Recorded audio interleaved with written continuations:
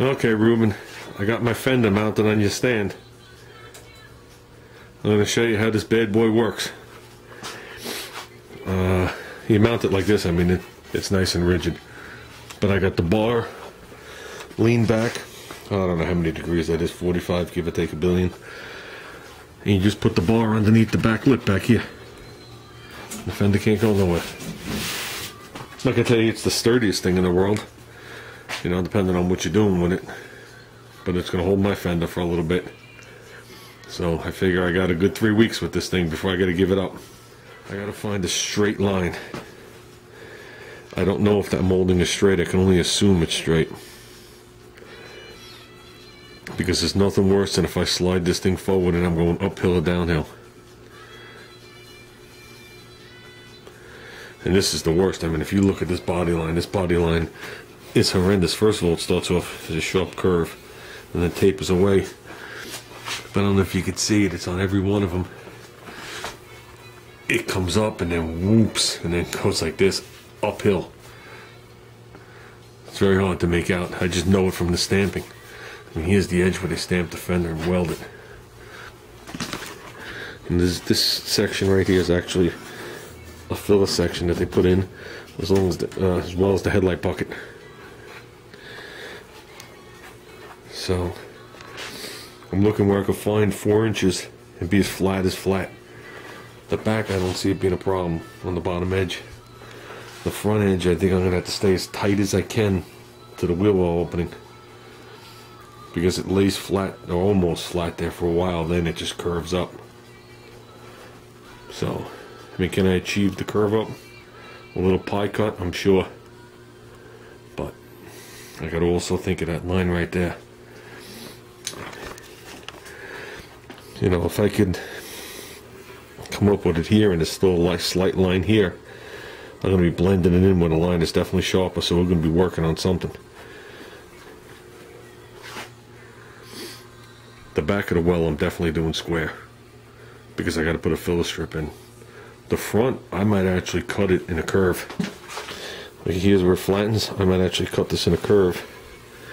Whoops, like this, and then come right to here because my fat finger's on the wrong side. Cut it in a curve, then come straight down here, then transfer that whole thing over, and I'll be cutting a Fender in a curve. And I know if I start to do a butt weld, which I'm going to be doing, the curve is a little better. It'll definitely be a little straighter. I mean, I might as well bring the line right up into here, not that I'm leaving the molding, but I got to fill the holes anyway. So I might as well put the bodywork right up in there anyway. So I got to take some measurements right across here. Like I said, it tapers up, but it's gradual. That's what they make metalworking tools for. Hey, here's one of the reasons I gotta organize before I start. I just have no room. I just want to see something. I want to see 4 inches.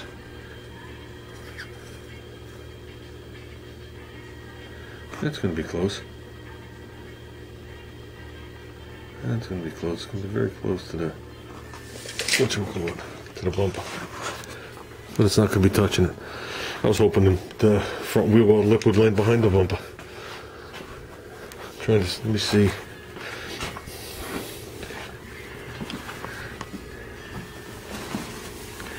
I want to take some definite measurements before I start marking this thing.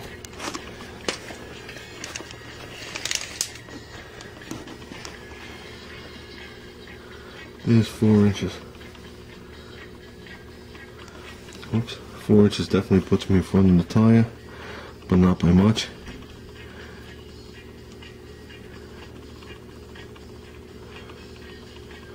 I bet you we're going to go like 4.5 inches when I'm all said and done there, measure it out. Because that's a small tire in there. That's a 145/80 15. I mean, those are vintage reproduction Firestones, but I'd rather go back up to a 185. Give the Fender a quick wipe down, some glass cleaner, and some of this mid-temperature reducer. I gotta use it somehow. Ooh, that shit is potent. Haven't smelled that in a long time. Yeah, it's gonna make it for a good night in here. But look at that line. You look at that quick, you'd think I drew it on an angle. what I did is I drew a Sharpie line underneath the molding. You're not going to be able to pick up on that with the camera. Then I went from the molding straight down with my square. Okay. First of all, I took measurements to the back here to see what this was because I want to make the cut just on the other side of it. Okay. And so if I got to do anything on the back side, I don't want the seam behind here where I can't get to it. Okay. And as you can see, I mean, it starts out as 2 fingers. By the time I get to here, I'm at 3 fingers. Well, it is 3.5 fingers or whatever it is. But here to here is a 90. This body line from here to here is a 90. So that's telling me that is straight. I mean, if you look at the fender, you can see the curvature of the fender. And like I said, then it goes straight again here. And this is parallel. Just this last part. None of it else is. So that's where I'm going to make the back cut on this thing. Front cut. Let me move my reducer chair over. Like I said, right here, it's hard to make out. Right here is where it joins the fender. I want to come in a little bit further from there, maybe a ½ inch, whatever it is, and I want to make that same exact cut around. Okay?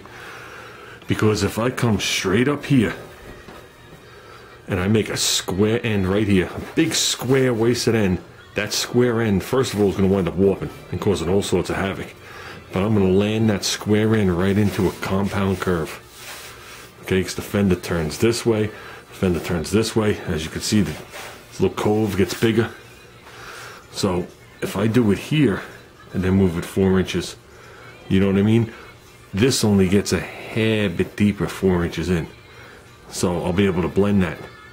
But if I come straight out from here, and I go from this little area to this big area, and then the big square there, oh, that's gonna be a nightmare. That'll be the end of the fender. So I really need one of the, what is it, a protractor? When you have the point and the pencil. I should go ask Junior, little guy, if he has one. But it might be better off just freehanding it. It might be easier on my nerves.